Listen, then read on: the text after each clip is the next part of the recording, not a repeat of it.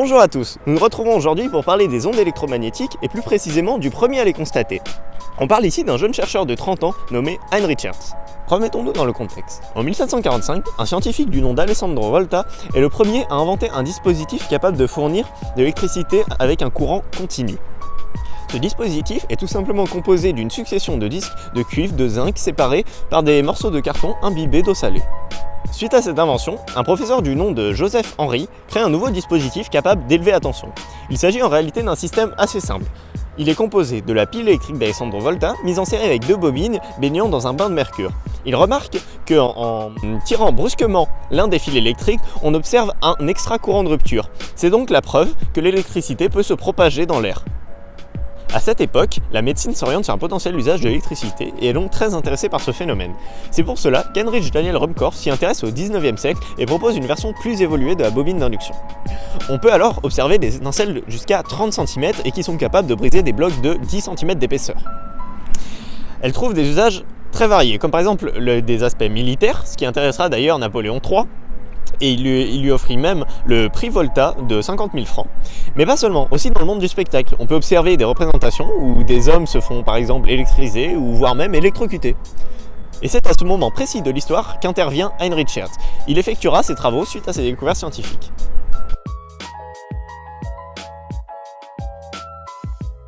Heinrich naît en 1857 à Hambourg au sein d'une famille de juristes. Son père, Gustav Ferdinand Hertz, est avocat.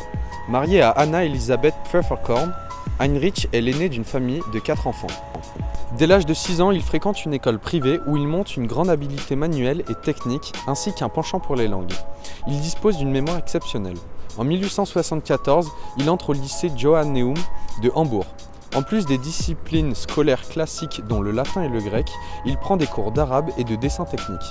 Ses capacités intellectuelles et manuelles le destinent tout droit vers une carrière d'ingénieur dans le génie civil.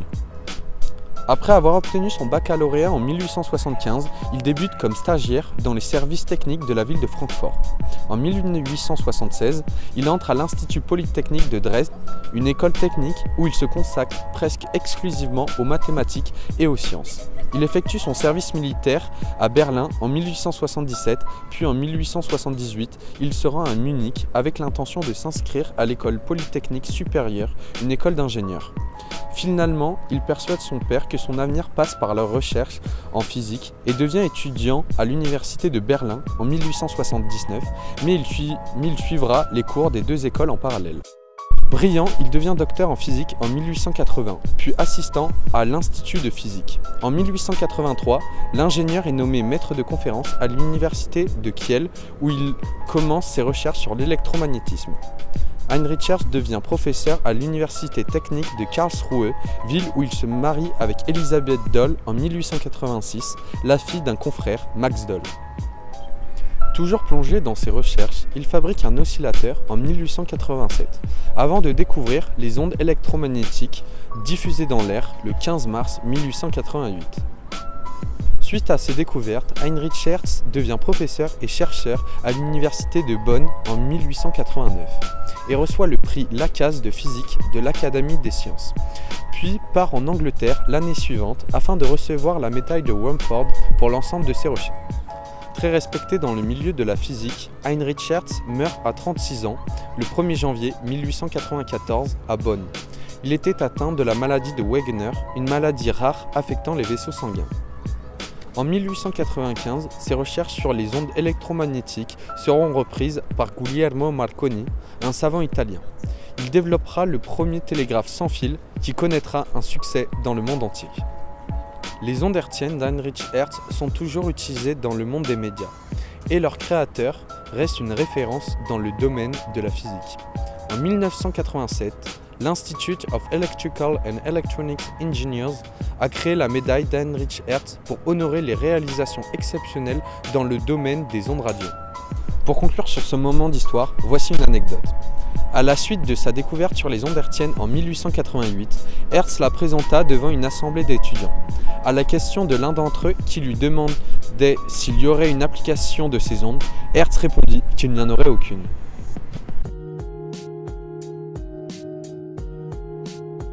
On va maintenant continuer sur la présentation des ondes, les unités du système international ainsi ainsi que les formules qui régissent les ondes. Donc pour commencer, on va présenter ce qu'est une onde. Une onde, c'est la propagation d'une perturbation dans un milieu donné, pouvant amener à une variation sur ce milieu. Prenons l'exemple d'un bateau qui naviguerait sur un océan. Le bateau serait la perturbation et il va donc engendrer des ondes en se déplaçant qui seront assimilées à des vagues. On va maintenant continuer sur le principe fondamental qui régit absolument tout type d'onde, c'est-à-dire qu'il y a un transfert d'énergie sans qu'il y ait nécessairement un transfert de matière. Penchons-nous maintenant sur les deux grandes familles d'ondes. Il existe les ondes mécaniques et les ondes électromagnétiques. Les ondes mécaniques sont des ondes qui nécessitent de la matière pour pouvoir se propager.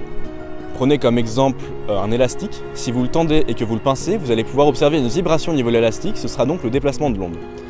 Il faut également savoir qu'une onde mécanique n'est pas forcément observable, car le son, par exemple, est une onde mécanique, mais il se déplace dans l'air et n'est pas pour autant visible. Penchons-nous maintenant sur la deuxième grande famille des ondes, à savoir les ondes électromagnétiques. Cette grande famille d'ondes est également subdivisée au sein d'elle-même par leur spectre de fréquence. Chaque type d'onde au sein de cette famille a son domaine d'application, comme par exemple les micro-ondes qui seront utiles pour faire cuire des aliments en cuisine, les rayons gamma qui seront utilisés pour l'imagerie médicale, ou même les rayons X qui peuvent avoir la même utilité. Certains d'entre vous peuvent trouver assez abstrait la différence entre les ondes électromagnétiques et les ondes sonores, donc on va pour cela évoquer les différences ensemble. Les ondes électromagnétiques et les ondes sonores ne se propagent pas dans le même milieu. Une onde électromagnétique peut se déplacer dans le vide, contrairement aux ondes sonores. De plus, la vitesse de déplacement des ondes sonores est très inférieure à celle des ondes électromagnétiques. Nous allons maintenant continuer sur les différentes grandeurs qui régissent les ondes. Premièrement, on peut assimiler le signal d'une onde à celui d'un signal sinusoïdal. De là en découle la notion de période, c'est-à-dire la durée qui sépare deux sommets du signal ou deux événements notables qui se répètent. On peut ensuite en déduire la notion de fréquence, qui se calcule par 1 sur grand T qui représente la période. On peut également parler de l'amplitude, ce qui correspond à la valeur maximum que peut prendre le signal. Et pour finir, on peut également parler de la longueur d'onde, c'est-à-dire la longueur totale que le signal va pouvoir parcourir en une seule période.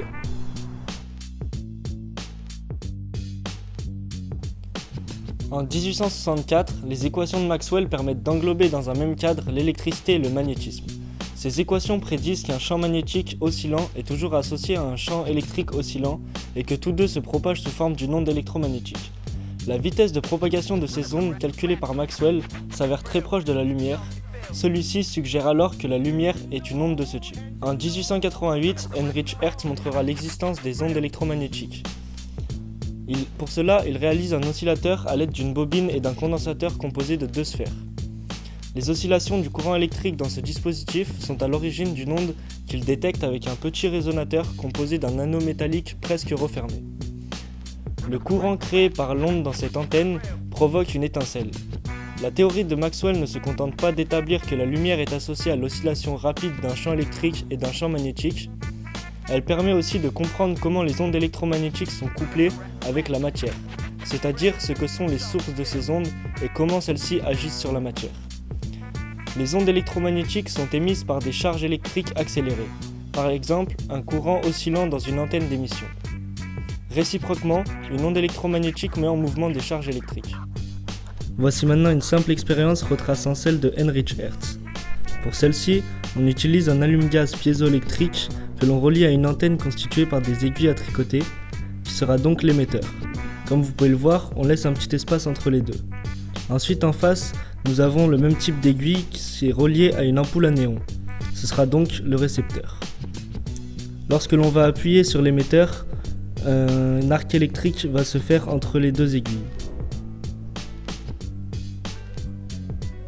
Comme vous pouvez le voir, on appuie sur l'émetteur et donc le récepteur agit en faisant un petit arc électrique sur l'ampoule à néon.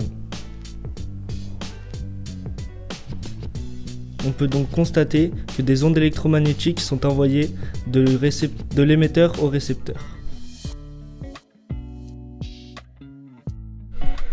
Durant son expérience, Heinrich Hertz aura pu mesurer la célérité des ondes qu'il a émises et il s'avère que ces ondes avaient la même célérité que celle de la lumière, à savoir 3 × 10 puissance 8 mètres par seconde.